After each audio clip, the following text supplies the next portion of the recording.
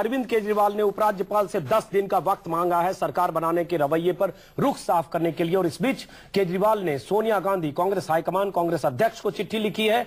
केजरीवाल ने राजनाथ सिंह, जो बीजेपी के अध्यक्ष हैं, उन्हें भी चिट्ठी लिखी है। चिट्ठी लिखकर केजरीवाल ने आप पार्टी के मैनिफेस्टो, आम आदमी पार्टी के मैनिफेस्टो, आम आदमी पार्टी की नीतियों पर उनसे उनकी राय मांगी है, उनसे उनका रवैया साफ करने को कहा है, नजरिया साफ करने को कहा है कि आम आदमी पार्टी का जो मैनिफेस्टो है, जो पॉलिसीज है, जो नीतियां हैं, जिसमें लोकायुक्त से लेकर दिल्ली की जनता से तमाम तरह के वायदे किए गए हैं, उन वायदों के मद्देनजर बीजेपी का रुख क्या है, बीजेपी क्या सोचती है, कांग्रेस क्या सोचती है, दोनों पार्टियों के हाईकमान को, अध्यक्ष को चिट्ठी लिखी है अरविंद केजरीवाल ने और उपराज्यपाल से, एलजी से 10 दिन का वक्त मांगा है अपनी राय साफ करने के लिए, सरकार बनाने के मुद्दे पर अपना रुख साफ करने के लिए। इसका मतलब आज जो हम लोग ये कयास लगा रहे थे कि अरविंद केजरीवाल साफ कर सकते हैं अपना रुख और दिल्ली में राष्ट्रपति शासन लगने या न लगने का रास्ता साफ हो सकता है, उस पर 10 दिन के लिए अब सस्पेंस। क्या ये माना जाए, दिल्ली की असेंबली की मियाद 18 तारीख को खत्म हो रही है। 17 की रात तक अगर सरकार बनने का रास्ता साफ नहीं होता है तो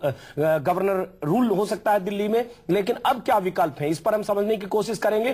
केजरीवाल ने ऐसा इसलिए किया क्योंकि बीजेपी और कांग्रेस दोनों पार्टियों की तरफ से, बीजेपी की तरफ से कहा गया हम रचनात्मक सहयोग देंगे, कांग्रेस ने कल रात एलजी को चिट्ठी लिखकर अनकंडीशनल सपोर्ट की बात कर दी। दोनों पार्टियों की तरफ से लगातार घेराबंदी केजरीवाल की हो रही थी कि आप सरकार क्यों नहीं बना रहे, अगर हम समर्थन दे रहे हैं, बीजेपी बाहर से सहयोग कर रही है, दिल्ली की जनता दोबारा चुनाव नहीं चाहती है। केजरीवाल ने अब एक तरह से एक दांव चला है, उन्होंने दोनों पार्टियों के मुखिया को चिट्ठी लिखी है कि आप अपना रुख हमारे मैनिफेस्टो पर साफ करो कि हमारी नीतियां हैं उसे आप कितना समर्थन करोगे, और 10 दिन का वक्त मिला है। बहुत बड़ी खबर है। उर्मिलेश, आपके पास आऊंगा। सबसे पहले कुंदन सिंह, चूंकि वहां एलजी ऑफिस के बाहर हैं। कुंदन, मीटिंग से अभी निकले नहीं लेकिन खबर आ गई कि केजरीवाल ने 10 दिन का वक्त मांगा है और उसके बाद चिट्ठी लिखी है सोनिया गांधी को, राजनाथ सिंह को, लेकिन बाकी दलों से सहयोग सरकार से नहीं मिल रहा है। अजय जी, मैं आपको बता दूं कि इसमें 25 ऐसे मुद्दों पे अपना राय मांगा है उन लोगों ने कि कांग्रेस इन मुद्दों पे क्या अपनी राय रखती है, बीजेपी प्रेसिडेंट इन मुद्दों पे अपने क्या राय रखते हैं। और इसके अलावा जब वो राय शुमारी आ जाएगी, जिसके लिए उन्होंने 10 दिन का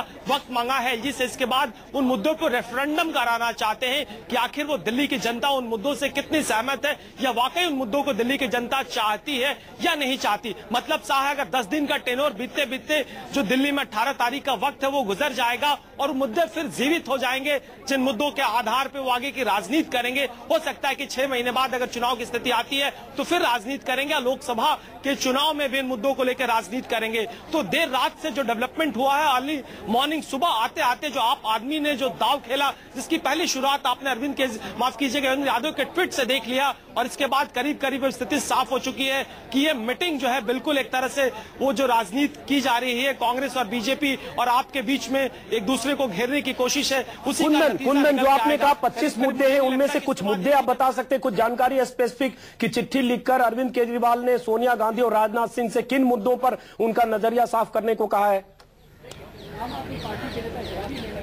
ये सबसे बड़े मुद्दा जो दिल्ली जन लोकपाल की बात कही गई थी, जिसमें कहा गया था कि 29 तारीख को स्पेशल सेशन बुला के वो जन लोकपाल पास कराना चाहेंगे, सबसे बड़ा मुद्दा है। इसके बाद जो दूसरे मुद्दे आते हैं, बिजली के रेट्स को कट करने के लिए और वो तमाम कंपनियों को जो कि पिछले 10-15 साल में प्राइवेटाइज पीपीपी मोड में किया गया है, उनको री ऑडिट कराने के लिए, और री ऑडिट कराने के बाद जो नफा नुकसान होता है उसको तय करने के, और बिजली का जो कीमत है वो करने को। इसके अलावा तमाम जो दूसरे मुद्दे हैं, जिसमें इलेक्ट्रिसिटी के अलावा पानी का मुद्दा आता है, मोहल्ला सभा का मुद्दा आता है, दिल्ली को स्पेसिफिक राज्य बनाने का मुद्दा आता है, अलग अलग जो दूसरे इश्यूज पे स्कूलों के प्राइवेटाइजेशन करने को लेकर, और तमाम जो ऐसे 25 जो मुख्य मुद्दे, और ज्यादातर वो मुद्दे हैं जो सीधा जनता को अफेक्ट करते हैं, अनऑथराइज कॉलोनीज को लेकर मुद्दे आते हैं। तो वैसे मुद्दे हैं जो जन कहे तो एक लोक लुभावन मुद्दे, हम बोलचाल की भाषा में। कुंदन सिंह, एक चीज और, एक संक्षिप्त और उसके बाद मैं स्टूडियो लौटूंगा। कुंदन सिंह, कितनी देर में केजरीवाल और उनके लोग एलजी से मुलाकात के बाद बाहर निकलेंगे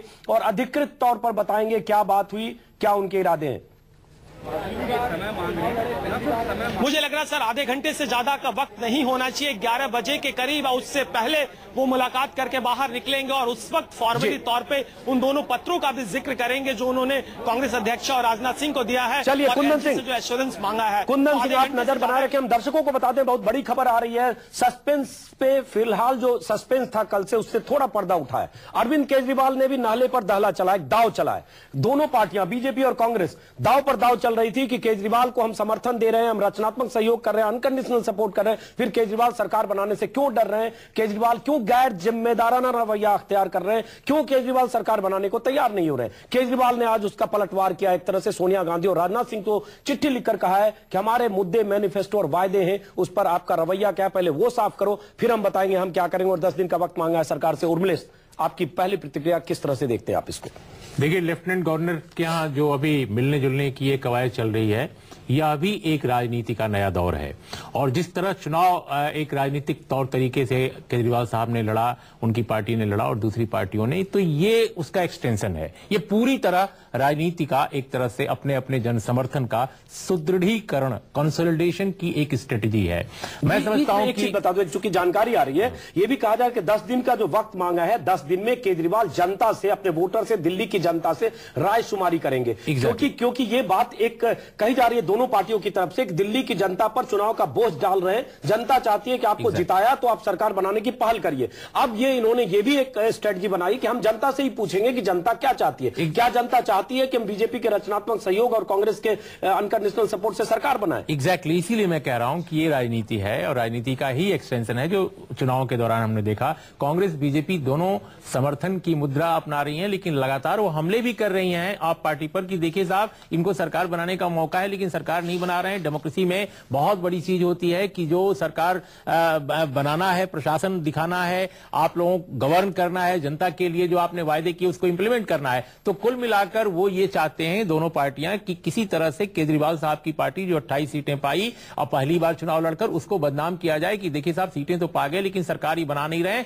जबकि हम तो कह रहे हैं कि हम सपोर्ट आप दे रहे हैं। तो अब ऐसे में केजरीवाल ये चाहते हैं और ये एक नई ढंग की राजनीति है। देखिए, इसके पहले चुनाव में भी उन्होंने नए ढंग से चुनाव लड़ा, नए तरीके उनके थे, ये भी नया तरीका है। पहले लोग अनकंडीशनल सपोर्ट लेकर सरकारें बना लेते थे। चंद्रशेखर साहब ने तत्काल सरकार बना ली थी, वीपी सिंह साहब ने बीजेपी और लेफ्ट के सपोर्ट से तत्काल सरकार बना ली थी। लेकिन ये कह रहे हैं कि आप हमें बताइए कि बिजली के निजीकरण के बारे में आपकी नीति क्या है, आपकी एजुकेशन के बारे में क्या है, आपके पानी के बारे में क्या है, आपका जन पंचायतों के बारे में क्या है, आपका लोकायुक्त के बारे में क्या है। तो मुझे लगता है केजरीवाल इस बात को समझ गए हैं कि मुझे बदनाम करने या फंसाने का या घेरने का जो कुचक्र है, उसको तोड़ने का रास्ता यही मेरे पास है कि मैं इन लोगों के कोर्ट में ही ऐसा गेम खेलूं कि ये लोग शिकस्त खा जाएं। ये स्ट्रेटेजी है और मैं समझता हूं कि ये नए ढंग की राजनीति है और नए ढंग का राजनीति करने वाले को नई स्ट्रेटेजी अपनानी पड़ती है जो वो अपना रहे हैं। और जनता की अदालत में जाकर ही, जिस जनता की अदालत में, जिस जनता के कटघरे में दोनों पार्टियां उन्हें खड़ा करने की कोशिश कर रही है, उसी अदालत में जाकर, उसी जनता के बीच में जाकर अब केजरीवाल एक तरह से उन दोनों पार्टियों के रवैये को एक्सपोज करना चाहती है। अगर इसको दूसरी तरह से देखें, अपने मुद्दों पर, जिसको कहते हैं लोक लुभावन वायदे करें, तब इसमें प्रॉब्लम क्या होगी? लेकिन इसमें प्रॉब्लम क्या होगी कि बिजली का जो निजीकरण आपने वितरण के क्षेत्र में किया, अब आप कांग्रेस को, उसी सरकार को, उसी पार्टी को यह कहना पड़ेगा कि हम आपकी राय से सहमत हैं, यानी आपने जो किया उससे आप अपने को हटाएंगे। लेकिन ये मुश्किल है, ये मुश्किल है। ये मुश्किल है।